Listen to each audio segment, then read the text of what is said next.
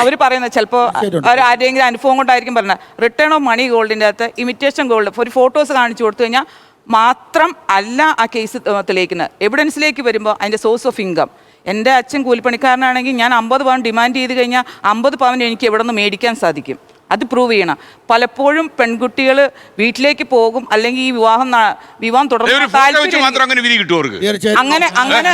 അങ്ങനെ പ്രൊഡ്യൂസ് ചെയ്യാം. ഒരു മിനിറ്റ്, അത് മാത്രമല്ല, ആ ഫോട്ടോ കാണിച്ചിട്ട് കാര്യമില്ല. എനിക്ക് എൻ്റെ കുട്ടിക്ക് അത് കൊടുക്കാൻ എനിക്കുള്ള സാമ്പത്തികം ഉണ്ടോ അത് കോടതി മുമ്പാകെ ബോധിപ്പിക്കണം. പിന്നെ സോഴ്സ് ഓഫ് മണി കാണിക്കണം. അതിന്റെ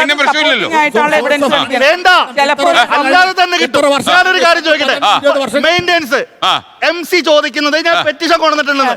MC ചോദിക്കുന്ന പെണ്ണ് അവിടെ ചെന്നിട്ട് പറയുന്നത്, ഞാൻ പിതാവിനെയും മാതാവിനെയും ആശ്രയിച്ച് ജീവിക്കുകയാണ്. എനിക്ക് മാസം മാസം എന്റെ അടിവസ്ത്രങ്ങളും വസ്ത്രങ്ങളും നിത്യോപയോഗ സാധനങ്ങളും മേടിക്കാൻ മാസം 10,000 വേണം.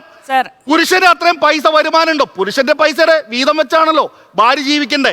അങ്ങനെയാണ് പറയുന്നതെങ്കിൽ, അങ്ങനെയാണെങ്കിൽ അവിടെ 50,000 ശമ്പളം 10,000 ചോദിക്കാം. അതല്ല പറയുന്നത്. 10,000 ചോദിച്ചാ കോടതി അപ്പൊ തന്നെ ഇൻട്രീം ആയിട്ട് ഒരു 6,000 രൂപ കൊടുക്കാൻ പറഞ്ഞ വിധിയാവും. സാർ ഓരോ ഇതുണ്ടല്ലോ, പോയിന്റ് ഉണ്ടല്ലോ, അതായത് പുരുഷന്റെ ഇൻകം വെച്ചാണ് ഭാര്യ ജീവിക്കേണ്ടത്. അത് എന്ത് ബേസിസിലാണ് പറഞ്ഞതെന്ന് അല്ലെങ്കിൽ പിന്നെ എന്തിനാ MC ചോദിക്കുന്നത്? ഞാൻ ചോദിക്കുന്നത് 10 വർഷമായിട്ട് 3 മക്കൾ ഒറ്റയ്ക്ക് സംരക്ഷിക്കുന്നവനെ എനിക്ക് MC കിട്ടിയിട്ടില്ല. ഞാൻ പറയും കുട്ടികളുടെ കാര്യത്തിൽ കൊടുക്കും. ഞാൻ സുപ്രീം കോടതി വരെ പോകുന്നുണ്ട് ഇതിനു വേണ്ടി. ഞാൻ ചോദിക്കുന്നത് ഈക്വൽ എന്ന് പറയുന്നു. ഈക്വാലിറ്റി ഉണ്ടെങ്കിൽ പെണ്ണിന് മെയിൻ്റെനൻസ് കിട്ടണമെങ്കിൽ, പെണ്ണ് കുഞ്ഞുങ്ങളെ സംരക്ഷിക്കുകയാണെങ്കിൽ കുഞ്ഞുങ്ങൾക്ക് മെയിൻ്റെനൻസ് മേടിക്കുന്നെങ്കിൽ, പുരുഷൻ സംരക്ഷിക്കുന്ന മക്കൾക്ക് അമ്മയുടെ തുല്യത കൊടുക്കണമല്ലോ. അത് എന്തുകൊണ്ട് കൊടുക്കാതെ?